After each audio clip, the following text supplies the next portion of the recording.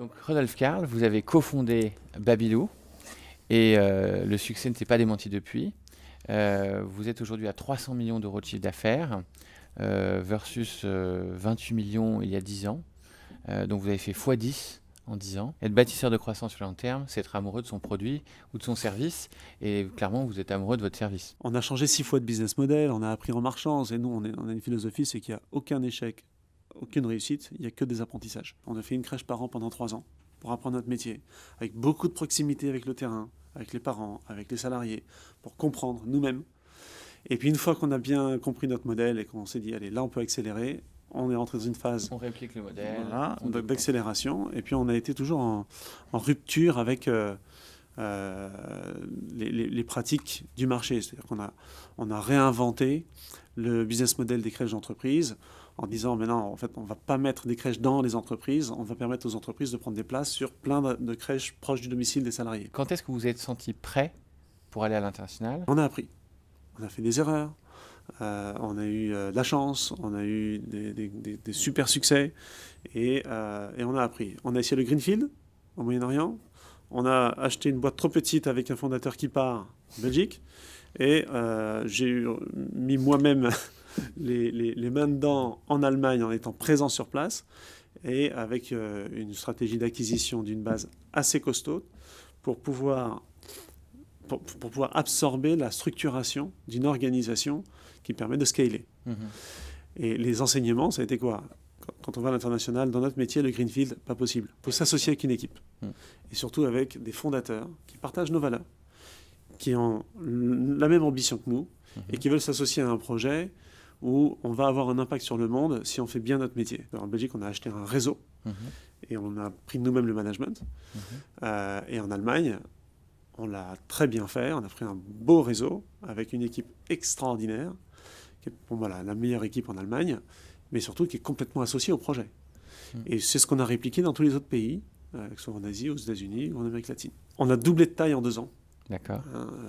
On était à environ 200 millions de chiffre d'affaires il y a 2 ans, on va dépasser les 400 cette année, proche des 450. Et on a fait énormément d'acquisitions avec des ouvertures de pays. D'accord.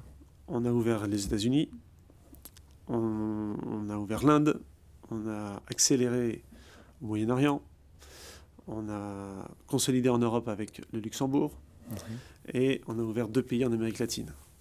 Et la semaine prochaine, il y a un autre pays asiatique qui sera annoncé, en effet, qui est très stratégique pour nous, et qui nous donne en fait une plateforme pour rayonner sur toute l'Asie. Humainement, et d'un point de vue purement entrepreneurial et personnel, c'est un rythme très particulier. Et c'est là où il faut rester entrepreneur sur le long terme. Moi, quand j'ai créé Babylou avec mon frère, il y a 15 ans, on a tout fait tout seul. On est parti de la feuille blanche, on a construit la première crèche avec nos mains. C'était été 2003, pleine canicule, enfin on s'en souvient. Quand je suis arrivé en Allemagne 10 ans après, j'avais beau avoir 4000 salariés en France, avec un super COMEX, avec tout ce que ça veut dire en termes d'aura et de capacité, etc., de développement et tout.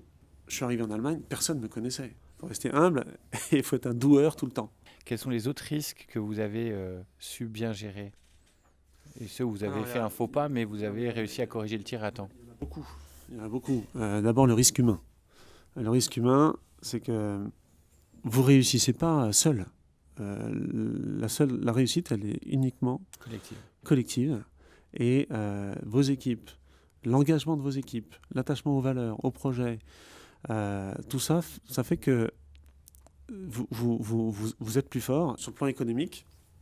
Et on a 50 raisons de se brûler les ailes. Je crois qu'une qualité essentielle du dirigeant et qui doit se répercuter sur toute l'organisation, c'est d'incarner tout le temps l'équilibre entre l'économique et la qualité de son service ou de son produit et de ce qu'on fait. Et puis la frontline... Ne pas surinvestir dans la qualité au détriment des finances, ne pas surinvestir dans la finance au détriment de la qualité. C'est un sujet d'équilibre, parce que vous avez besoin d'avoir le produit de meilleure qualité. Vous devez avoir l'obsession de la frontline, vous devez tout le temps avoir des clients contents. Il faut avoir une notion économique de chaque décision qu'on prend, de chaque arbitrage, de chaque projet. Il faut avoir une compréhension, presque une traduction dans votre cerveau de ça. Ça veut dire quoi ? Ça va quel impact à quel endroit du PNL ou du cash flow ? Et en temps réel, Voilà. Pensée systémique, chiffrée. Ouais.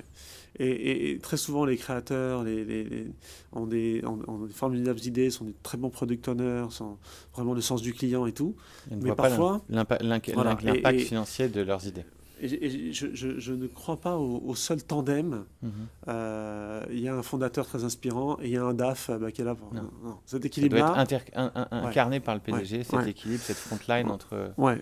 Et si on est trop l'un ou l'autre, on peut se brûler les ailes, parce que si on n'est que économique, on se plante sur le produit, et puis sur l'énergie des hommes. Et si on n'est que sur mon projet qui me fait rêver, on oublie l'économique. Vous avez gardé pendant 5 ans un contrôle total du produit, et puis vous avez eu le courage, que n'ont pas tous les fondateurs, d'ouvrir le capital en capital développement, donc partenaire minoritaire. Comment vous avez choisi ce partenaire? Quand j'ai créé Babylou avec Edouard, on s'est dit le plus tard le mieux pour les faire rentrer, parce qu'on va avoir besoin des fonds d'investissement. Si on veut rêver Le grand. plus tard le mieux. Et par contre, pendant 5 ans, on a été tout doucement. On a appris notre métier pour vraiment maîtriser les leviers d'une accélération. 2007-2008, on était à quoi 8,6 millions d'euros de chiffre d'affaires. 8,6 millions avec 17 crèches. Et on se dit, bon, on a 15 ouvertures l'année prochaine, donc vraiment une forte accélération, on va doubler l'année prochaine. Sauf que crise des subprimes, les banques nous disent, bon écoutez, votre bilan il est à l'envers là, parce que vous avez fait tout en dette. Alors, attention, on était caution personnelle. Donc vous n'avez rien sans rien, hein. C'est pas gratos. Mais les banques nous disent, on va pas pouvoir financer tout le programme de 2008. Et donc il va falloir renforcer les fonds propres. Et on a fait notre deal en 4 semaines avec Alpha. Et comment est-ce qu'on les a choisis? C'est les hommes.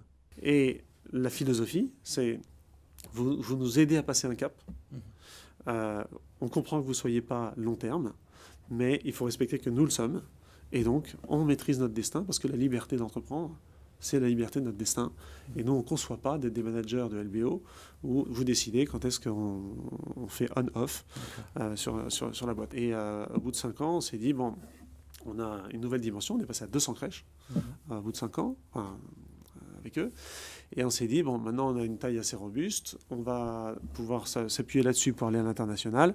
Et là, on ne veut pas vivre des à-coups de 3-4 ans sur des sorties de minoritaires. On s'est associé avec une famille belge, Cobepa, qui n'a pas un fonds d'investissement, mais une société d'investissement et qui n'a pas d'attente de retour en termes de timing. Il y a très peu d'investisseurs en Europe qui ont ce mindset. Voilà, et on a, à ce moment-là, fait rentrer Société Générale aussi à nos côtés. Les fonds doivent apporter plus que de l'argent. Il y a tellement de compétition que c'est pas là-dessus qu'ils sont choisis. Et Smart Money, nous, on a eu la chance d'avoir pas des fonds, enfin des équipes de fonds ou d'investisseurs qui nous apportent énormément. Ce que j'apprécie, c'est qu'on a des actionnaires qui nous disent, notre premier focus, c'est la qualité des crèches, la qualité du service rendu, votre projet culturel, managérial et culturel, et la conséquence, ce sera la performance. D'accord. Voilà. C'est pas l'inverse. Vous avez contribué à un livre, Carnet de croissance, doubler son chiffre d'affaires, un livre écrit par Fanny Laitier. Qu'est-ce que vous avez souhaité passer comme premier message? L'entreprise, elle s'inscrit dans la création du monde de demain. C'est un acteur qui est de plus en plus important et reconnu. On voit bien la limite du politique et on voit à quel point les entreprises prennent plus de rôle sociétal, à la fois dans leur fonctionnement interne, mais sur l'impact qu'elles ont sur l'environnement, sur la pauvreté, sur l'inclusion. On s'est dit, mais l'entreprise, c'est pas juste un truc égoïste pour vendre sa boîte et se dire, je suis à l'abri. L'entreprise, c'est un projet de vie qui apporte une brique à la construction du monde de demain. Et en fait, si tous les entrepreneurs ont cette vision, prennent conscience de ça, eh ben, ils vont construire un monde meilleur que ce que les politiques peuvent faire. Sans critique pour les politiques, c'est juste qu'ils ont moins les leviers. Ils ont un mandat plus court-termiste, de facto. Et puis le monde a tellement changé qu'ils ont moins de pouvoir, tout simplement. On voit bien, les réseaux sociaux arrivent à influencer. Les jeunes qui arrivent sur le marché ne croient plus en un modèle vertical où on vous dit, bah, voilà comment il faut faire, vous faites vos études pendant 5 ans, vous avez un job à vie, c'est fini ça, complètement fini. Donc il faut comprendre que le monde il est horizontal et que la société a envie elle-même de se construire son avenir. Sur le financement de la croissance, sur le financement du long terme, la France a longtemps eu un problème qui est le manque de fonds de capital investissement et en particulier de fonds de capital développement. Est-ce que vous partagez ce problème et comment peut-on faire changer les lignes? Il y a presque trop de fonds et qui se battent parce qu'ils disent qu'il n'y a pas assez de beaux dossiers. Moi je pense qu'il y a beaucoup de beaux dossiers et énormément de beaux dossiers pas visibles, avec un réservoir en France de belles entreprises et d'entrepreneurs très talentueux qui ont envie d'accélérer mais qui ont peur du monde des fonds et qui ne savent pas trop comment s'y prendre. Et il y a énormément de fonds d'investissement, mais il y en a très peu qui savent répondre à ce besoin. Une vision long terme, c'est un capital entrepreneur, c'est-à-dire que des fonds qui viennent à côté d'entrepreneurs pour financer leur croissance, mais surtout des idées. Croissance durable qui vient conforter le contrôle de l'entrepreneur fondateur. Et on a trop de fonds court-termistes parce qu'il y a une pression des marchés, parce que les personnes qui investissent dans ces fonds en fait, attendent un retour à 3-4 ans. Et un entrepreneur qui n'est jamais passé par là se dit, et je suis souvent sollicité personnellement par des entrepreneurs qui disent « Tiens, ton expérience d'entrepreneur qui a eu des fonds au capital, comment ça se passe, etc. » Il y a une crainte de perdre la liberté de son destin.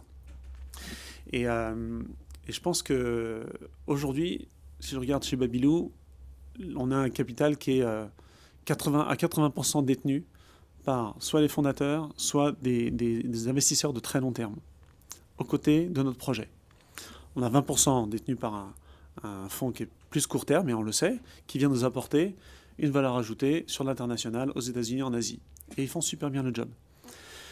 Mais tant que vous avez des partenaires financiers qui sont à côté de vous, qui partagent votre ambition, vos valeurs, votre challenge, et qui sont long terme, les intérêts sont alignés, on peut tout se dire, on affronte en même temps ensemble les tempêtes, et l'investisseur devient un partenaire de grande qualité, mais qui n'est pas contre vous.